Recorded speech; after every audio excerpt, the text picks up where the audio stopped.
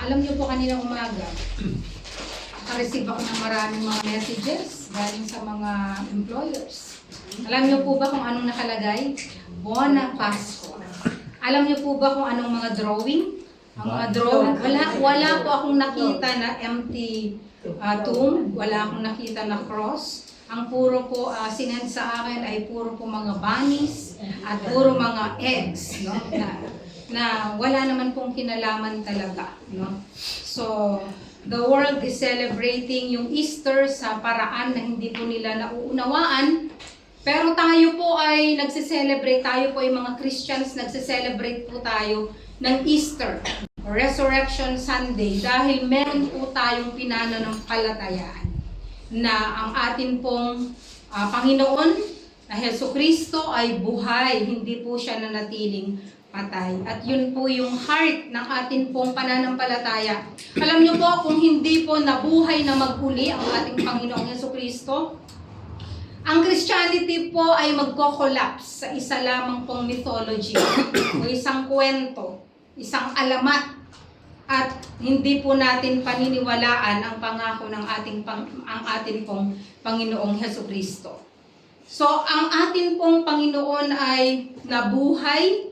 Siya po ay nakita ng marami pong mga tao, at ito po ay nirecord ng history and even po ng scriptures, yung kanyang pagkamatay at yung kanyang pagkabuhay na muli.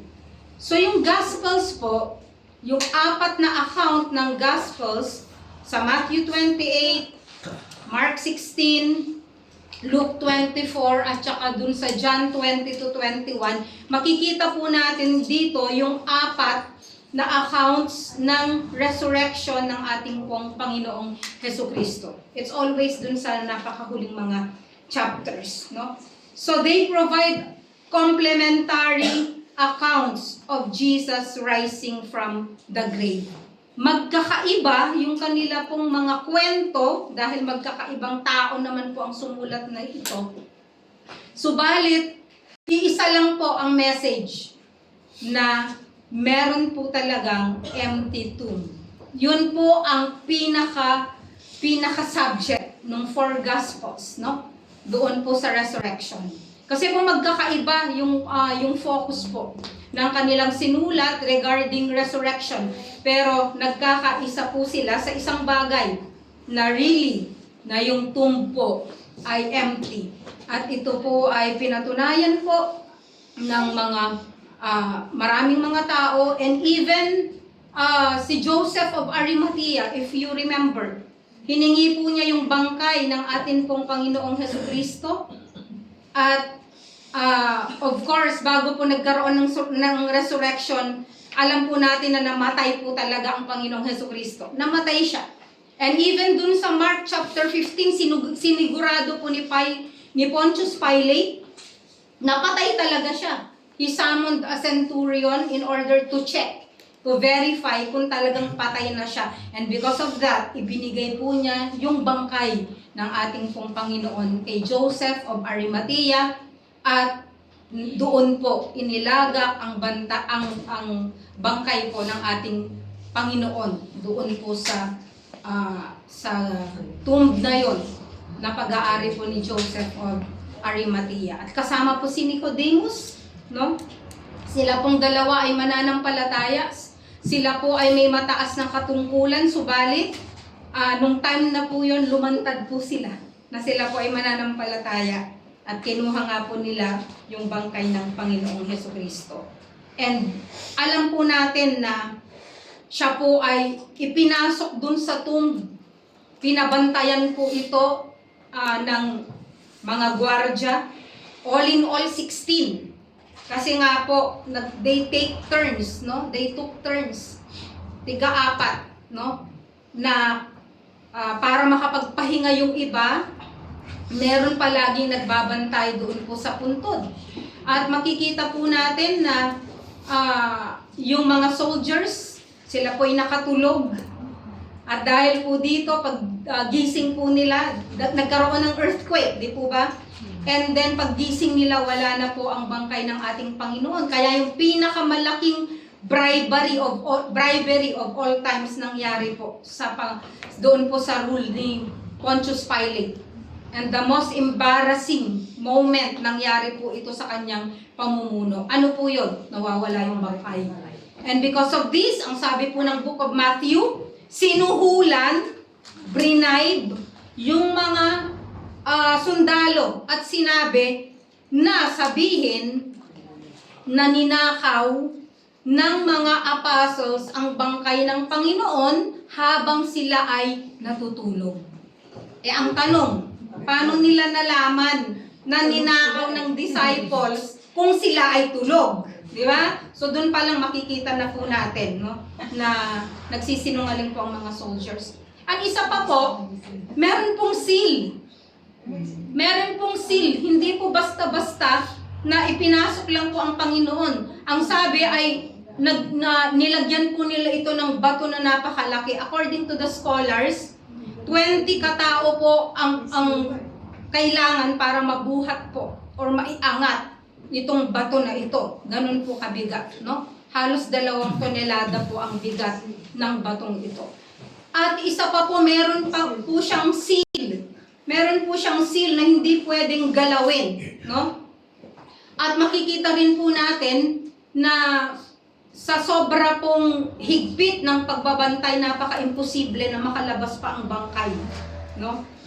So, pero makita po natin sa 4 na accounts na ito that the tomb was empty.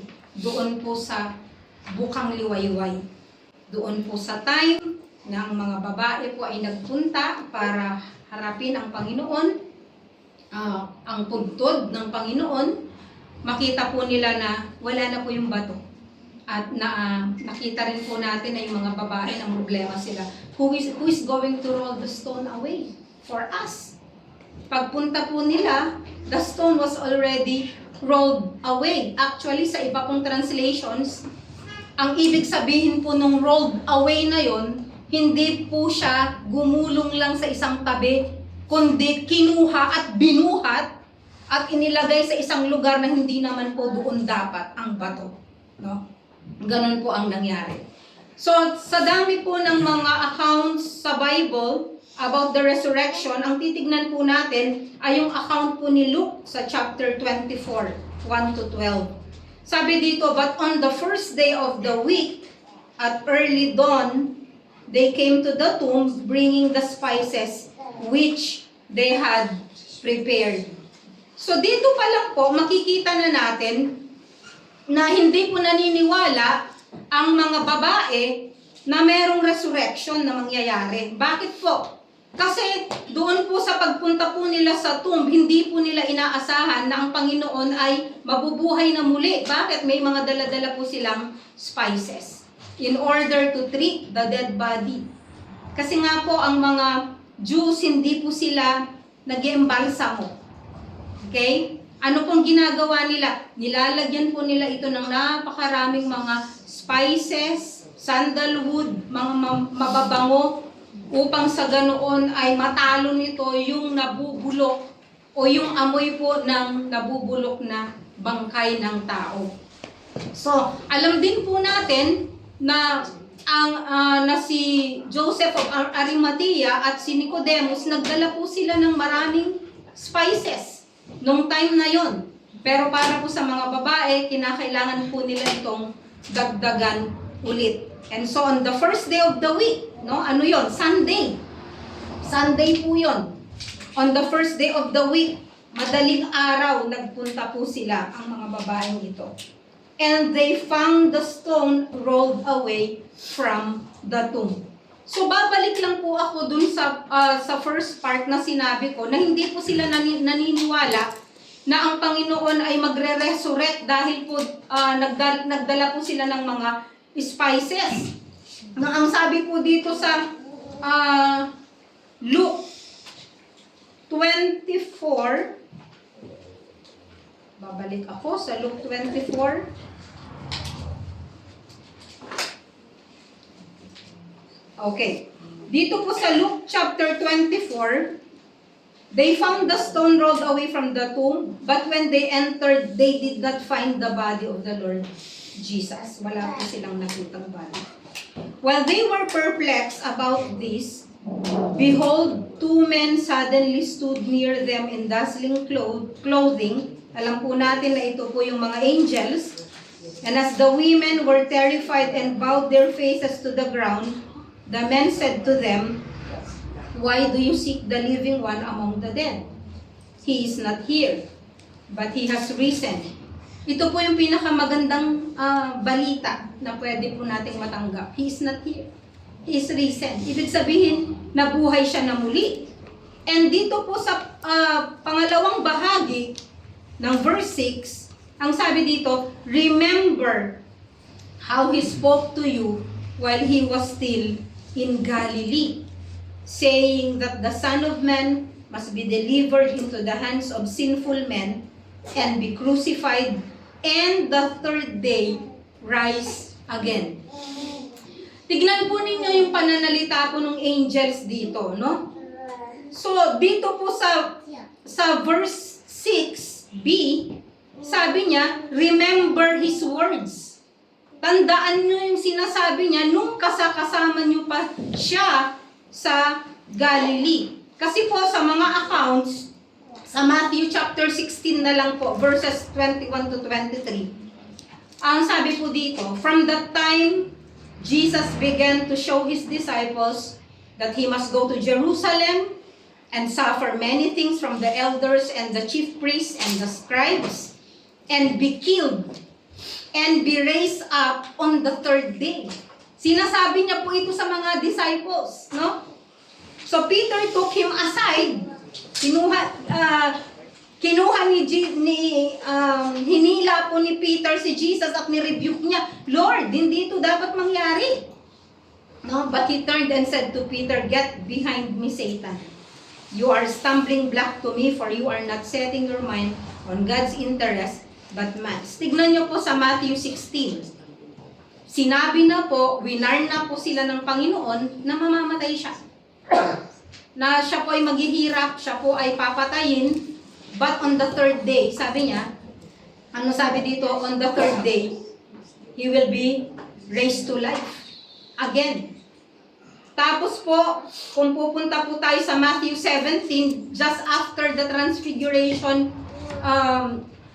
transfiguration ng Panginoon, ang sabi niya ulit sa verses 22 to 23, and while they were gathering together in Galilee, Jesus said to them, the Son of Man is going to be delivered into the hands of men, and they will kill him, and he will be raised on the third day.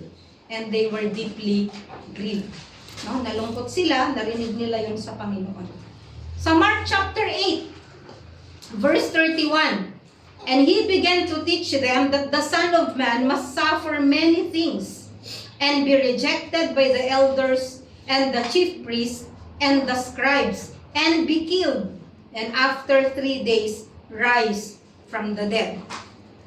And dun po sa Luke chapter 18, 31 to 33, now he took the 12 aside and said to them, behold, we are going up to Jerusalem, and all the things that I have been written through the prophets about the Son of Man will be accomplished. For he will be handed over to the Gentiles, and will be ridiculed, and abused, and spit upon. And after he told this to his disciples, and after they have flogged him, they will kill him, and on the third day he will rise. He told this to his disciples, but hindi nila na-gets, hindi nila natandaan. No?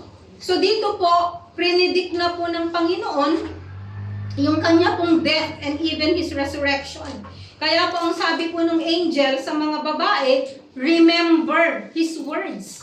Kasi nga po, kagaya rin po natin, madali po tayong makalimot. Pero every time, sinasabi po ng Panginoon ito sa kanila na mamamatay ako, mamamatay ako, mamamatay ako. Pero hindi siya nagtapos doon eh.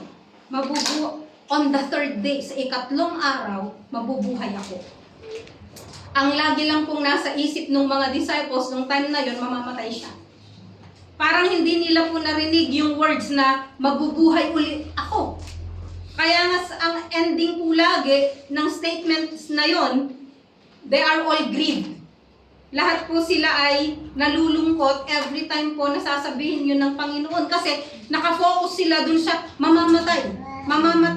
They focus on the Friday, hindi po sila nag-focus doon sa mabubuhay siya muli.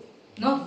So, nung time na yon na ang mga, doon po sa verse 1, that the ladies came to bring spices, ito po ay isang patunay na hindi po nila inaasahan na magkakaroon po ng tinatawag na resurrection.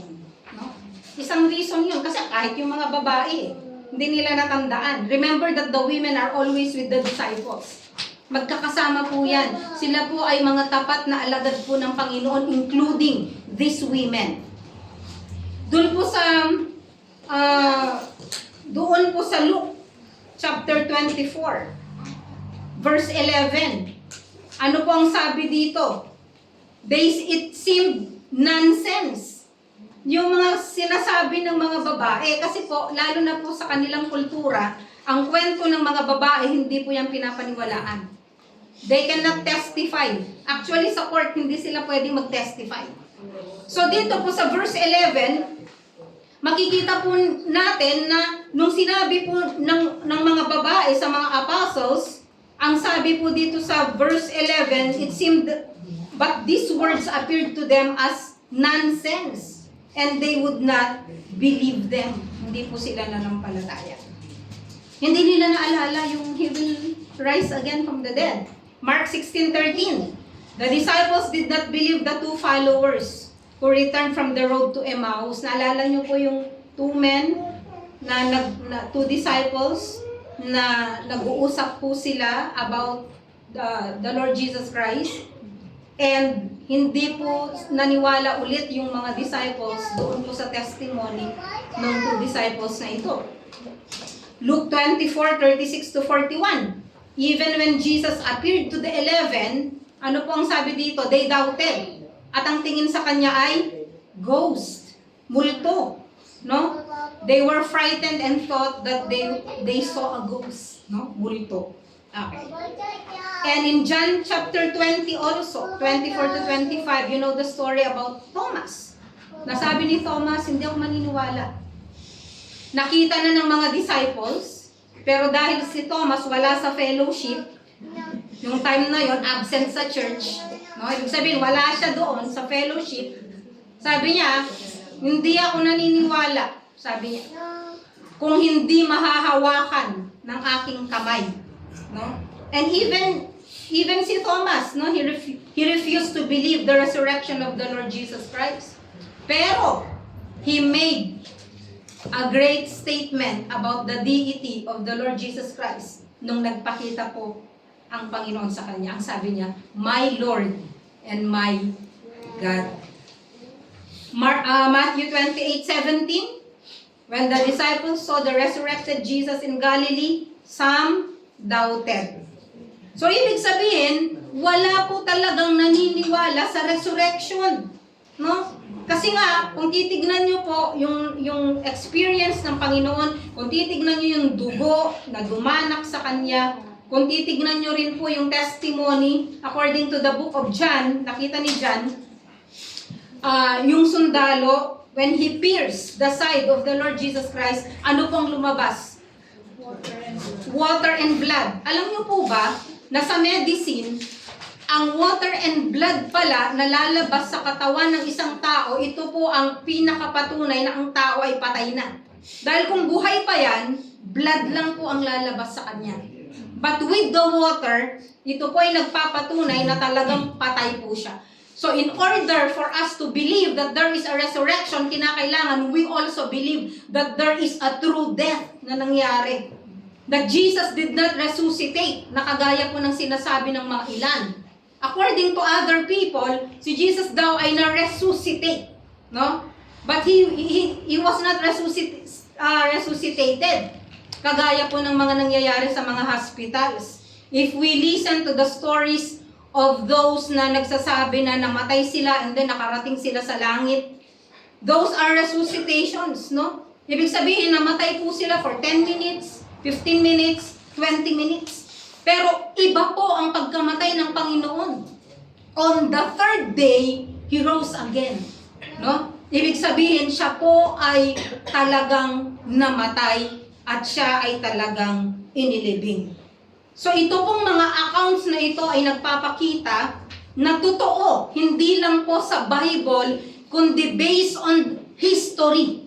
Kung i-base po natin sa history, talaga pong ang Panginoon ay napako sa krus.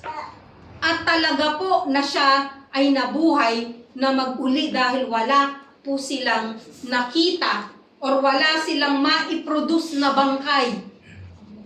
Sa panahon ngayon, siguro pwede kang mag-fake. Sa dami ng pwedeng i-fake. Pero during that time, wala po silang bangkay na maipoproduce, na mapapatunayan na hindi po siya nag-resurrect. Pero, kagaya nga po ng pagkakabayad, pagkakasuhol, doon po sa mga soldiers, kaya kumalat po sa mga Hudyo na ninakaw po ng mga disciples, yun pong bangkay ng ating Panginoon. But, when the disciples finally realized and accepted that Jesus is really alive, nagbago po yung kanilang buhay. No? Nakatago sila eh. Nandun sila sa upper room. Di ba? Nagtatago sila. During the crucifixion, sino po bang nandun lang sa tabi ng cross? Mga babae. Alam niyo po ba, mga babae, iisa lang ang disciple na nandun. Si John lang. Nandyan siya lagi. Pero yung pong mga ibang disciples, nawala sila, nagtago sila. Lahat po ng mga sympathizers, lahat po ng mga sumusunod, lahat ng mga disciples, nawala po yan lahat. Bakit? Baka sila ang isunod. Napakahirap po nun na yung leader mo nandun, tapos ikaw magpapakilala ka na tagasunod ako. Nakapako siya sa krus, anong gagawin mo? Magtatago ka din. So natakot po sila, kaya sila po ay nagtatago sa isang kwarto. No? Pero po, nung napatunayan po talaga nila na buhay ang Panginoon, nagpakita po ang Panginoon sa kanila, ang sabi po ng Panginoon, peace be with you. Dahil alam po niya, nagugulumihanan po yung kalooban ng mga disciples. At inutusan niya po mga disciples. Sabi niya, go and make disciples of all nations. Diba? Yun ang utos po niya. Sabihin nyo ang nangyari sa akin. Namatay ako, nabuhay ako. Ibig sabihin, may pag-asa, no? Para sa lahat. May pag-asa ng kapatawaran ng mga kasalanan. Kasi after the resurrection, no?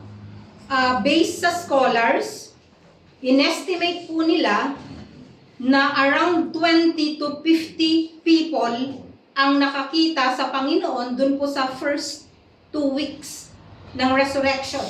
No? But before the Pentecost, 40 days later, sa Acts chapter 1 verse 15, sinasabi dito na approximately meron pong 120 disciples na nag-gather doon po sa upper room sa Jerusalem. Ibig sabihin, dumami sila. Okay? And then, at Pentecost, 50 days later, according to Acts chapter 2 verse 41, ilan na po sila? About 3,000 people were baptized and added to the group on that day. And shortly after Pentecost, Acts chapter 4 verse 4, ilan na po sila? 5,000 na po sila. No? And Paul's witness account sa 1 Corinthians 15:16, sinabi niya po dito na nagpakita po ang Panginoong Hesukristo one time. 500 na tao ang pinagpakitaan niya ng isang beses. No? Gusto kong makita po dito, no? Dito sa 1 Corinthians chapter 15, ang sabi dito ni Apostle Paul, siya po nagsulat, for I delivered to you. 1 Corinthians 15 verse 3. For I delivered to you as of first importance what I also received, that Christ died for our sins according to the scriptures, and that he was buried and was raised on the third day according to the scriptures, and that he appeared to Cephas. Sino po si Cephas? Sino si Cephas? Si Peter. Okay? And to the 12. After that, he appeared to more than 500 brethren at one time, most of whom remain until now. No, during the time that Paul was writing this. Baka mami hanapin nyo sila ngayon, no? But some have fallen asleep. Then he appeared to James, then to all the apostles, and the last of all, as to one untimely born, he appeared to me also. No? So nagpakita rin sa Panginoon, ang Panginoong Hesukristo kay Paul. For I am the least of the apostles, and not too fit to be called an apostle, because I persecuted the church of God. You see, he's an apostle. Kaya nga si Apostle Paul. At alam niyo po ba, nung namimili po sila ng ipapalit kay Judas, isa sa qualification, dapat nakita niya ang Panginoon. Pero ang sabi po dito, as one untimely born, he appeared to me also. And I am the least of the apostles. Yan po ay patotoo ni Apostle Paul. As of 2025, 2026, there are approximately 2.38 to 2.64 billion Christians worldwide, making it the world's largest religion. And of course, hindi ito religion, kundi this is a relationship with our Lord. Bakit dumami ng ganon? Bakit dumami? It's because of one word, the resurrection. Dahil kung hindi siya nabuhay mula sa mga patay, bakit ako susunod? Bakit ako mananampalataya? Lahat po ng leaders ng mga religions namatay. Hanggang ngayon, nandun po sila sa kanilang mga libingan. Subalit, hanggang ngayon, pumipila ang mga tao doon po sa Israel, araw-araw. Doon po sa tomb ng Panginoong Hesukristo. Why?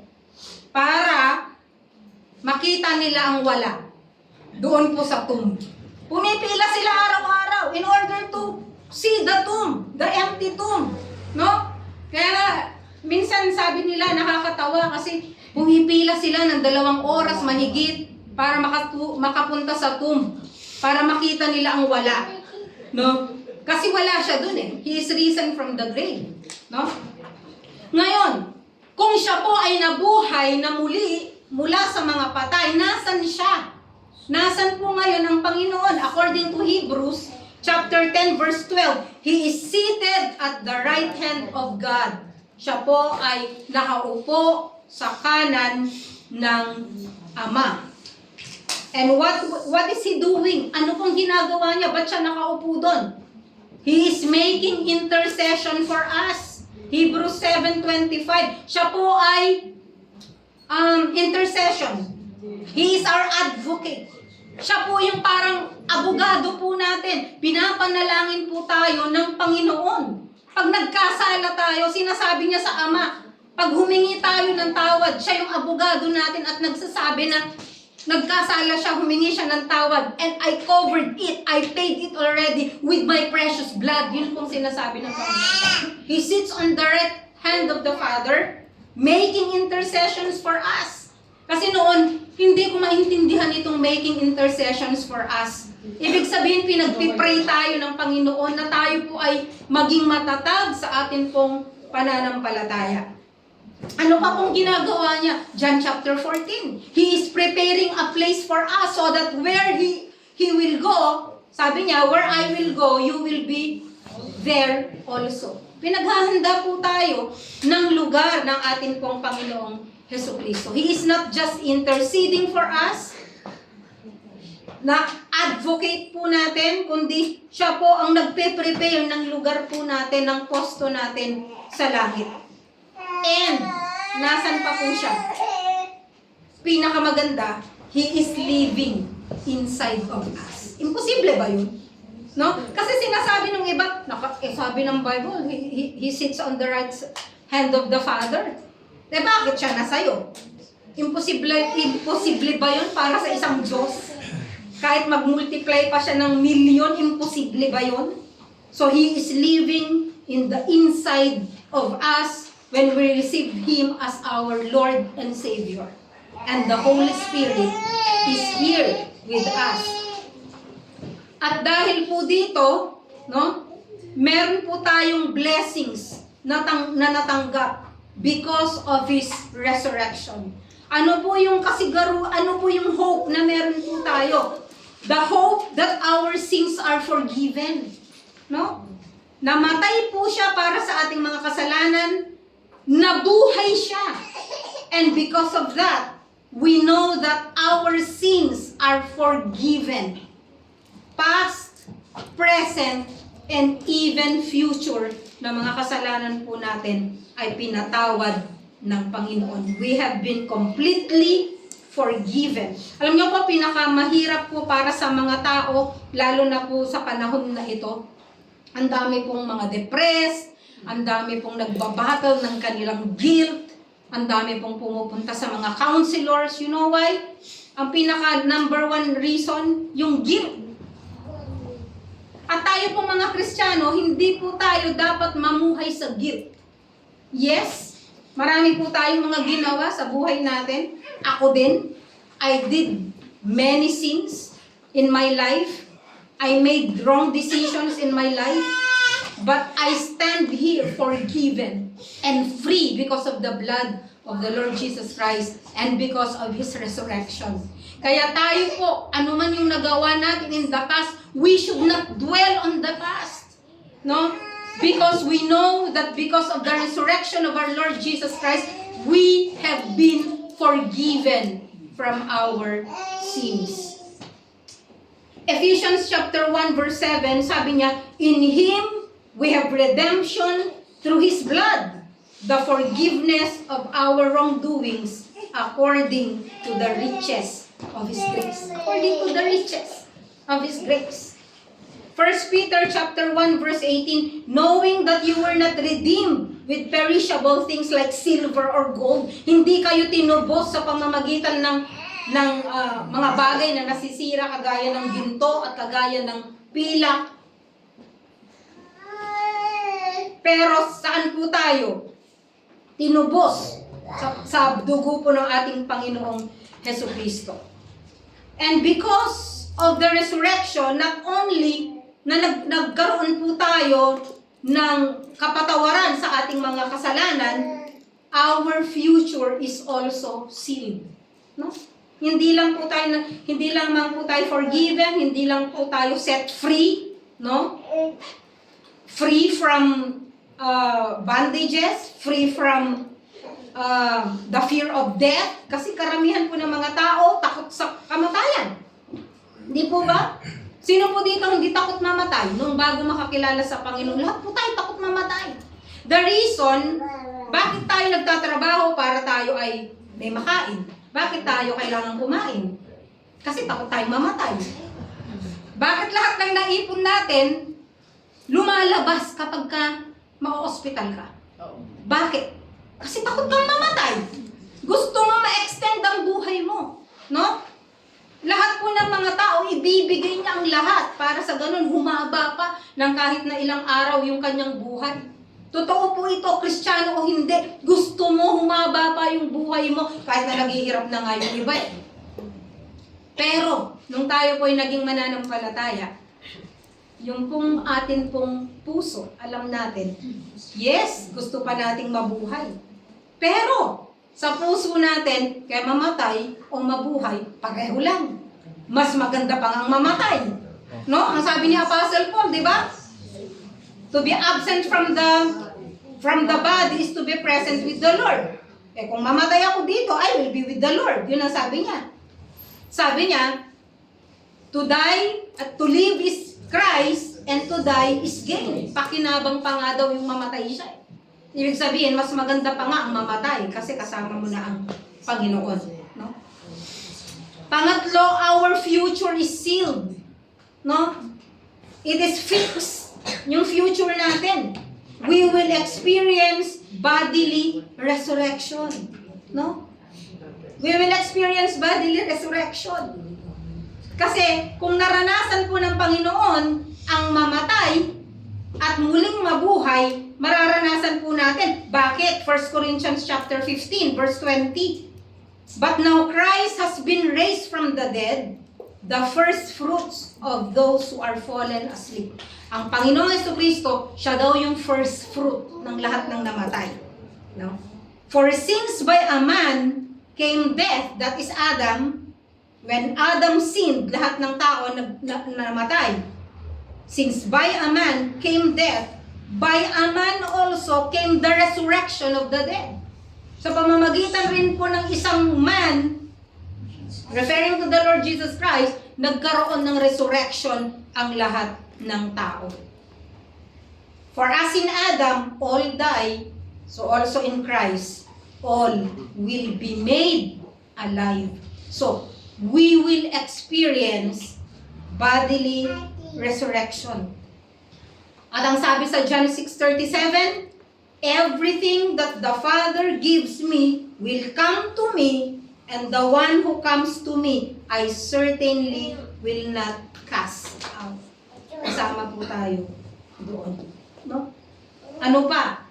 Sabi po sa John 11:25, yung binasa po kanina, I am the resurrection and the life. The one who believes in me will live even if he dies. And everyone who lives and believes in me will never die.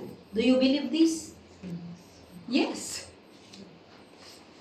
Alam nyo, tinanong talaga ito ng Panginoon. Do you believe this?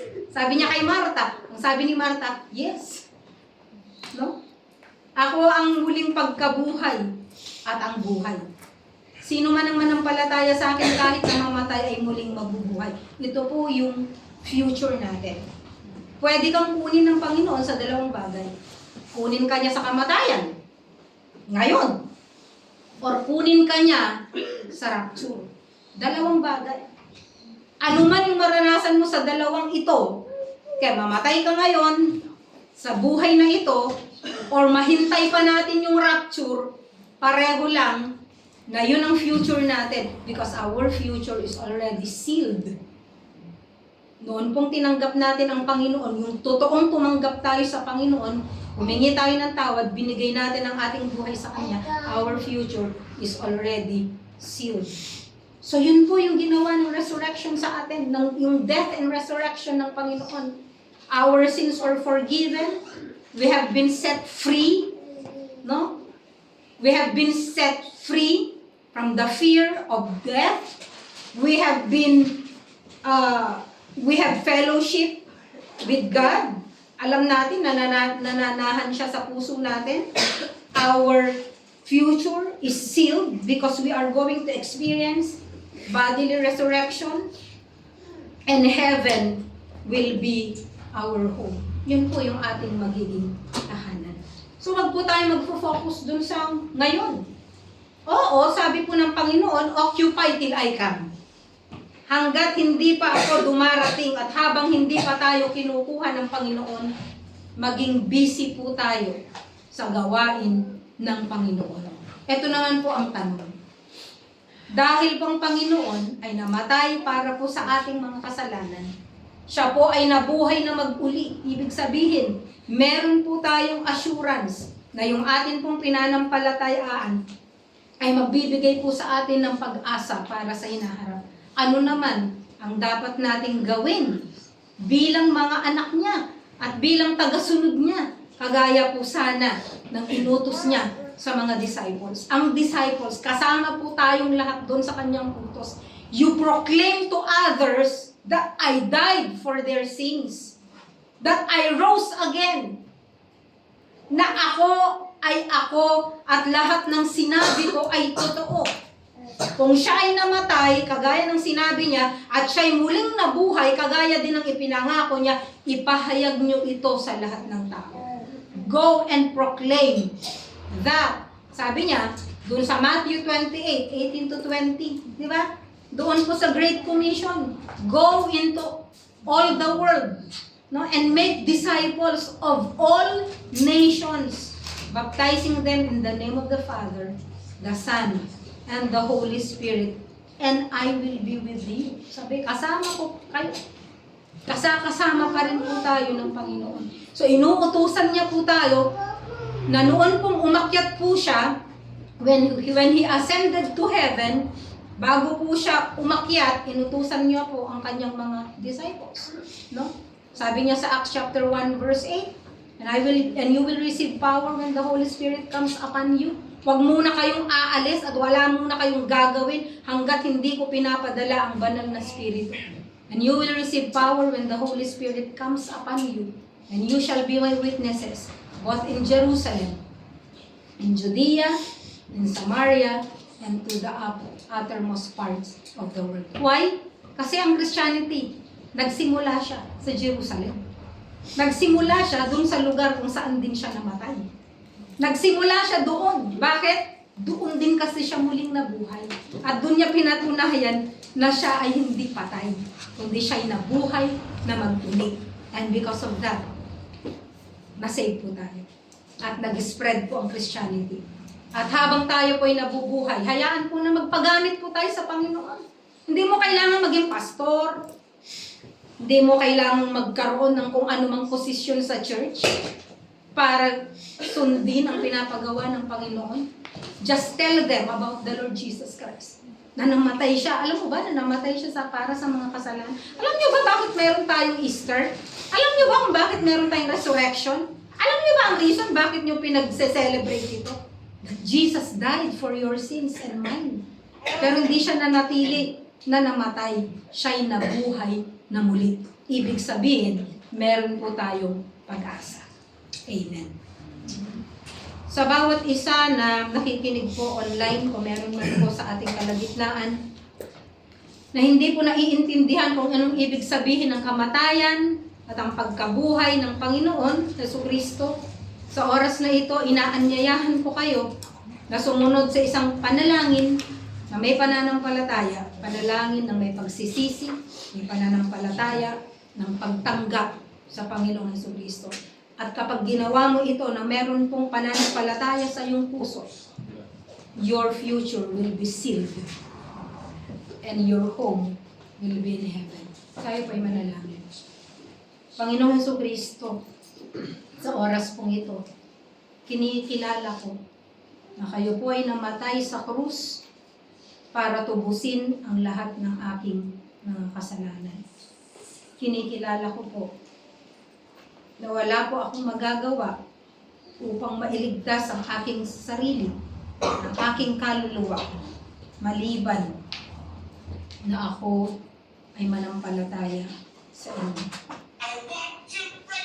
Nananampalataya po ako sa inyo at tinatanggap ko kayo sa aking buhay bilang Panginoon at aking tagapagligtas. Gawin niyo po ako na isang tao na ayon po sa inyong kalooban. Sa pangalan niyo, Kristo Jesus. Amen.